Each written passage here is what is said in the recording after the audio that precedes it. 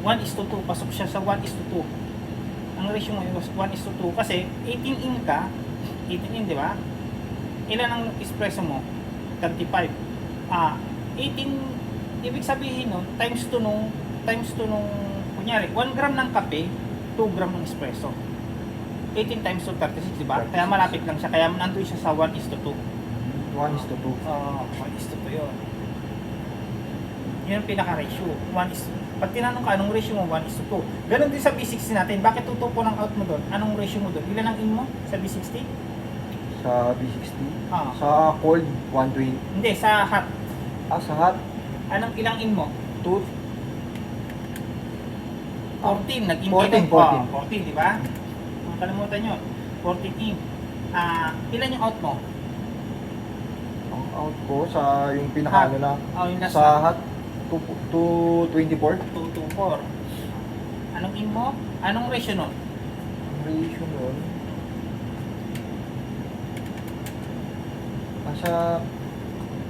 ratio nun, Ang ratio nun, 1:1:116. Ibig sabihin nun, 1 grams ng kape, 60 ng tubig. 1 grams ng kape, 60 ng tubig. Kaya isipin mo, kahit mag-in ka doon ng 60, isipin mo 1 grams ng kape. 60 ng, 14 yung kape mo, di ba? 14 yung kape mo. Ilan yung tubig, out mo to, 40 na mo. 60 ng tubig na ilalagay ko kada isang kape. Times mo sa 16, paano mabas? 224. Pero yan yung standard na. Pero pag nag-in ka ng, kunyari, gusto mas marami, mag-in ka ng 20 in, 20 grams ng kape mo, times mo sa 16, kasi 1:116, 320 dapat ang out mo. Parehas lang yun. 320 ang out mo. Pag nag-in ka ng 20, dapat ang out mo sa 320. Pag nag-in ka ng 14, times 16, 224. 224. Yan ang 1:116. Pag espresso, dapat ang espresso mo, ano ka lang, nasa 1:1.5 or 1:1.2. 1:1, 1:2. Ganun lang ang espresso, 1:1.5 or 1:1.2. Ganun lang dapat. Ganun dapat ang espresso. Ganun pa nagkaiba nila. Yan ang espresso, yun ang B60. Pero chick, tama lang din sinabi sa akin ni Michael, naturo niya. Oo. Parehas lang, iisa na naman yun. Ganun naman talaga, ganun naman talaga ang Kasi sabi niya sa akin, paturo din daw ako sa'yo. Father, bayo. Hindi, parehas. Tama naman, parehas naman. Parehas, ganun nga yun, 224. Ganun yun, parehas lang yun. Nag-in kasi siya ng 14, kaya ang nag-in-out niya is 224. Pero pag nag-in ka ng 18, times mo sa 16 din yun, yung pinakatubig mo 16. Dapat yun ang mag-in-out mo. Pero pinakamaganda pala niya, puno yung tubig, ano? Puno talaga para ano. May estimate mo na, wala pa rin kasi minsan matatanda lang pagpakulo, estimate mo naman niya eh. Kunyari, ang out mo 320, ba't mo kailangan mo ng 120? Dito pa siya naman yung 3, ano yun. Ito lang naman yung 338 eh. Diba? 320 ka lang naman mag-out, ganito lang naman karami yun, diba? Estimate mo kung gaano karami 320. Tinry ko kasi, pag yung tipong wala ng tubig, iangat mo pa. Ito mukha nung marami, dire-diretso siya, kasi ituin mo na lang. Masanay Mabigat ka ka rin lang. yan, masasanay ka rin yan, dahan-dahan. Masanay ka rin. Yan. Kaya kontrolado mo. Pero masarap siya, masarap. So, tayong kape ulit.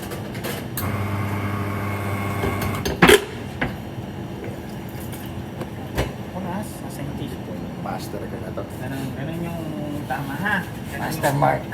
ganun yung Topper, tam- topper. Ganun yung tamang pagkukuha ng kape, ng calibration. Ganun yung yung isla na dapat yung pagkakita.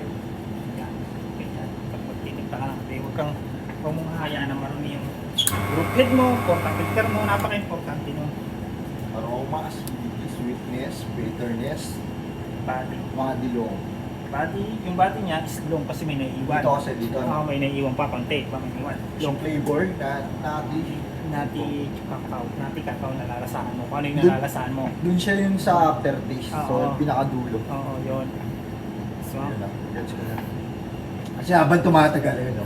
Doon mo pero, siya nalalasahan. pero meron naman, ang espresso mo na yan, kahit yan, kinabukasan, ang lasang smooth na smooth, dire-diretso lang. Yun ang Parang tinawag is- wala lang, no? Parang Ah. tipong... Ngayon ko lang Smooth. na-realize na, no? talagang sa lasa. Kung marunong ka talaga sa kape.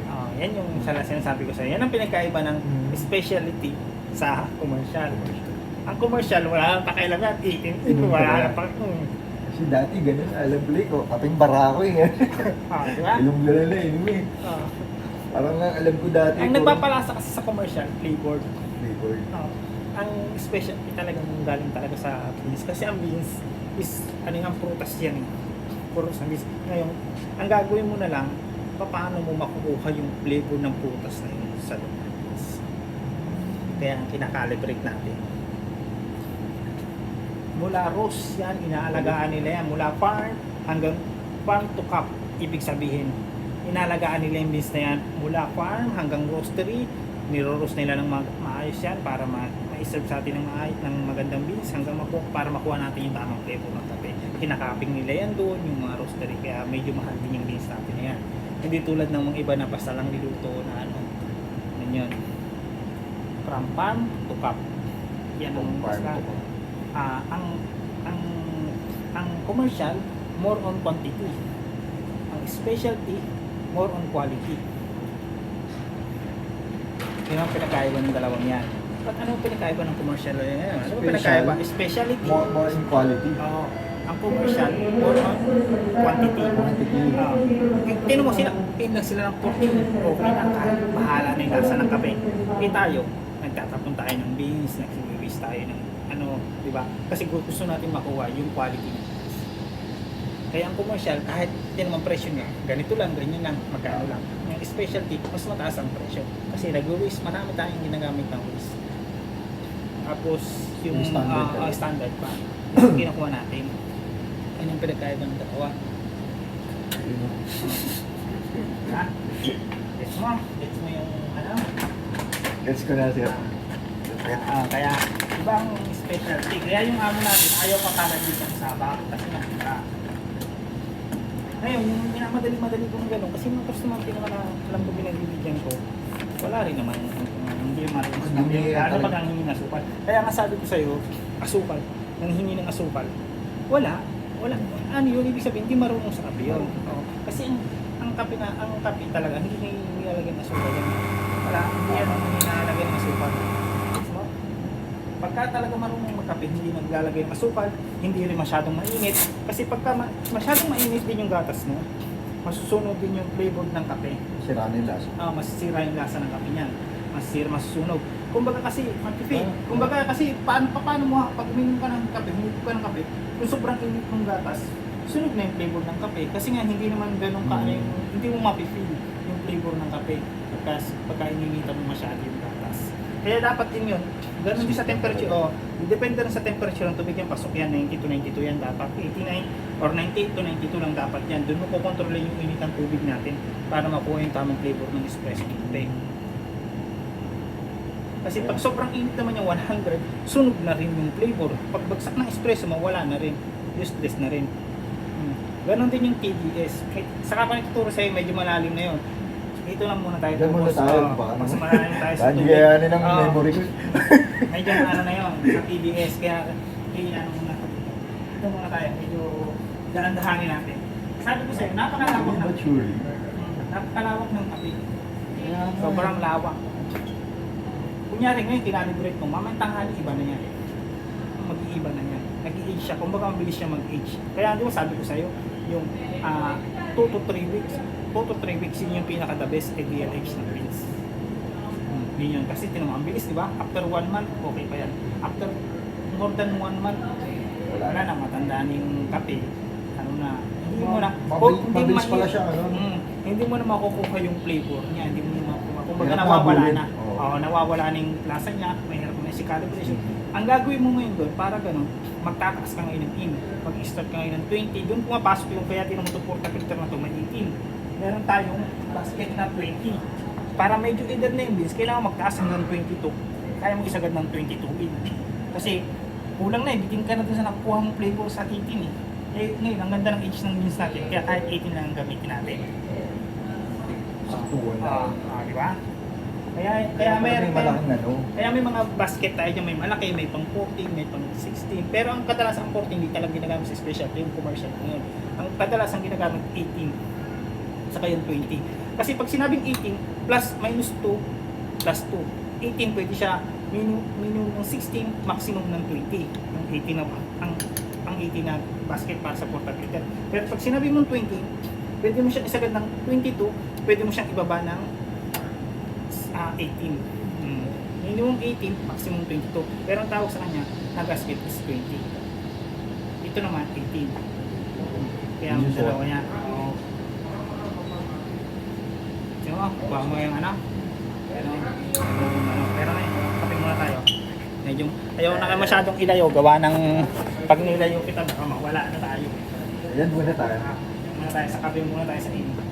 At least. Alam mo na yung ano, yung sunod-sunod niya. Kung paano man lasa ng kape. So, mga stress tayo ha. Stress.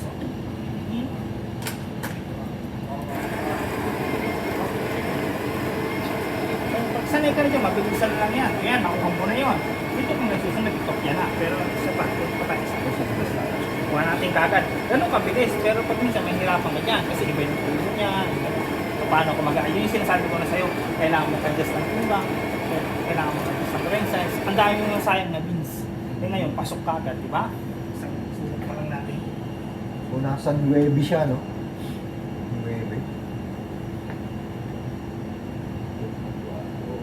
Sakto lang yung table niya ng ikot para kasi ito nabibigyan yung 16 out lang. Kapag mamaya, susulpak ko na ng 18 ang bread.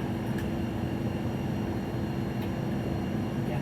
Yan, doon yan. Hindi mo kasi mape-perfect yan. Kailangan mo i-balance. Saka ang kuha, hindi pa ganun. Laging pa ganito lang. Ganyan lang. Buwang social. Kung ano kasi magiging kasi pag ano, parang marunong.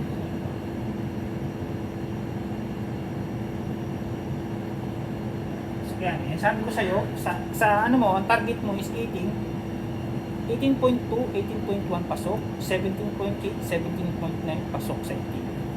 Kasi yung target mo is 18.2. 18.2 maximum, 17.8 minimum pasok sa 18 yan. Okay yung 18.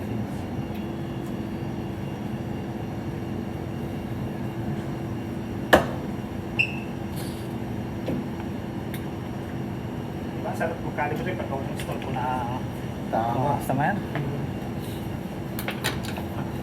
Kaya kung minsan, kung kaya kong pumasok ng maaga talaga, pumapasok ko ng maaga para makakalibrate ko ng maayos yung linis ko.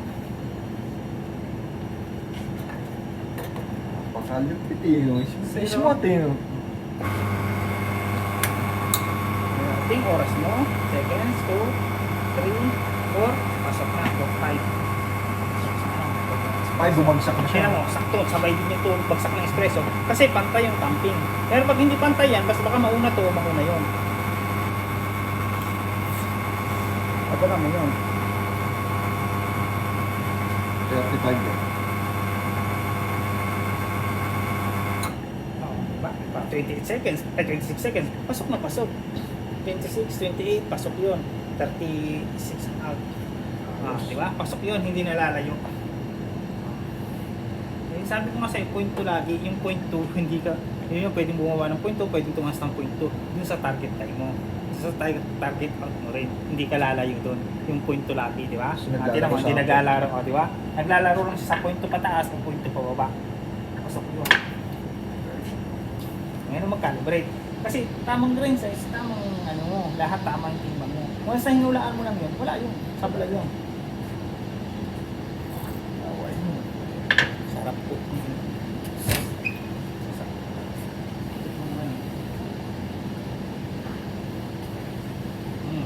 Sarap. Tamis, no? Yan ang espresso. Yan. Ngayon, gagawin ko siyang flat white. Dito ang nasa. Sarap, diba? Full espresso. Oo, diba? Ngayon, mapapainom pa ng espresso, hindi yung nabibili lang sa labas ng espresso. Ayan, espresso. 28 lang tayo. Ngayon kasi ganito yan, ganitong calibration. Pag flat white, dapat ang out mo lang is 28. Pag latte cappuccino, nasa 30 ka, babawasan mo yun. Americano, full shot yun. Yung tinatawag na full shot. Yung full shot, 34 out. Yun na, kung anong out mo, nalagdagan mo na lang. Yun. Pero pagka latte cappuccino, 30 out, magbabawas ka ng 2 grams, flat white, bawas ka ng 2 grams, cortado.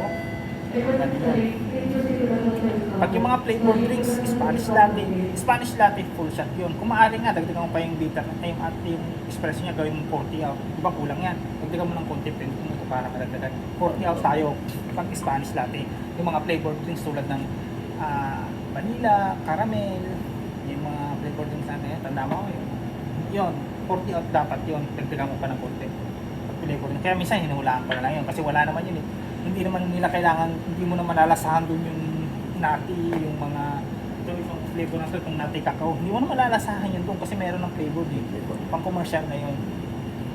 So yan talagang pinaka-kape sa Oo, yan talaga. Gusto mo siya makukuha. Espresso. Malalasahan. Kasi pag may halo na, Wala. hirap nang Wala, ma-identify. hindi mo na-identify. Sa konting pagkakamali mo nga lang sa, Oo. ano, di ba, sa grams, iba na yung lumalabas, di ba? Pag subukan mo mag-in ng 19, iba na ang lalabas yan, iba na yung out mo dyan, iba na rin yung oras mo. Natsambahan lang natin na nakuha kagad natin yung tamang timbang. Tamang timbang. Yan. Tapos, tayo nagatas. Mas kumari din, itong mga to, meron na dyan, laging malilinis yung mga picture mo din. Kasi isa rin yan sa magpapaano. Itong mga to, ay walang gatas yan. Ito, may mga gatas yan na iyon minsan dyan. Naninigas yan, kaya kailangan lilinisan. Mas marami yan. Ang gatas. Nasa proper na tayo ha. Ang mga ito pa ng picture sa experience station. Yan eh. Hindi wala ko sa dito, nakakita ka na yung Uber. Ako na dito, hindi kita iwanan dito.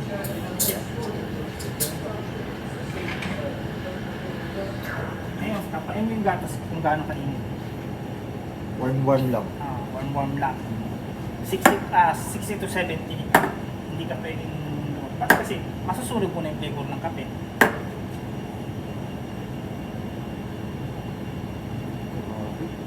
Saka, huwag kang mahihayin dito. Talagang susubukan mo talaga yung mag-inom mo sa isang baso ng barista. Kasi kasama ko sa trabaho natin, hindi naman go. Hindi naman yan. Yun na yung inumin mo ito ngayon. Smooth na smooth. Yan ang flat white. Tignan mo yung antamis. Natikman mo yung tamis ng kape. Creamy na. Creamy. May pahit sole. Konti lang, hindi siya mapahit. Creamy siya na ano, di ba? Tapos malalasahan mo yung sweetness niya, yung tamis, di ba? Walang asukal pero sobrang tamis. Ang sarap siya kasi creamy. Creamy yung siya na ano. Hindi siya. Ngayon, pag ininit mo yan, hindi ganyan yung lasa niya. Yan ang totoong kape. Yan ang tunay na kape. Yan ang sinasabi ng amo ko, kaya ayaw niya akong binawag dito. Yan yung naharap ko ng kape. Gusto ko, ganyan din yung magiging kape mo in the future. Hindi ka mawawala. Pero hindi mo pa-promise na mape-perfect ko yan. Hindi, kaya mo yan, Chief. Maniwala ka sa akin. Makuha mo lang yung tamang standard ng yung ano na yan, lahat ng tinuro ko na yan. Kahit ito lang, makuha mo. Ito lang muna kasi sabihin natin yung tubig, ako nang bahala dyan. Mag-ano dyan kasi may marami pang ano yan. Tinitimpla rin yung tubig na yan. Hindi yan basta-basta na tubig lang. May TDS ang tinatawag. Dito nga wala muna tayo focus. Hindi lang yung TDS na ano yun. Kasi ang tubig, kahit subukan mo, di ba, maraming algae, masapi, may dubal. Iba-iba yan ang TDS. Yan ang totoong latte talaga. Wala. Ikaw, Jim, ganun kasarap yan. Yan sinasabi ko sa inyo kung gano'ng kasarap ang kape natin. Walang kahagod-hagod dito, di ba? Smooth. Maga, puta, kung gusto mag-relax. Relax, di ba? Sarap magkape niyan pag nagre-relax ka, di ba? Yung pinupuntahan ng mga marurunong uminom ng kape. Pero pag nilagay mo ng sukal yan, pangit na. Pangit na. Wala na yun, parang ice candy ko. Kaya nga kumari, specialty, wala talagang nasukal. Sarap, Jim. Pasok. Sukal kasi pambata. Pasok mo. Yan ang gusto kong mangyaring kape mo. Ganyan, pag nag-serve ka kay amo ng kape, gusto ko ganyan yung lasa ng kape.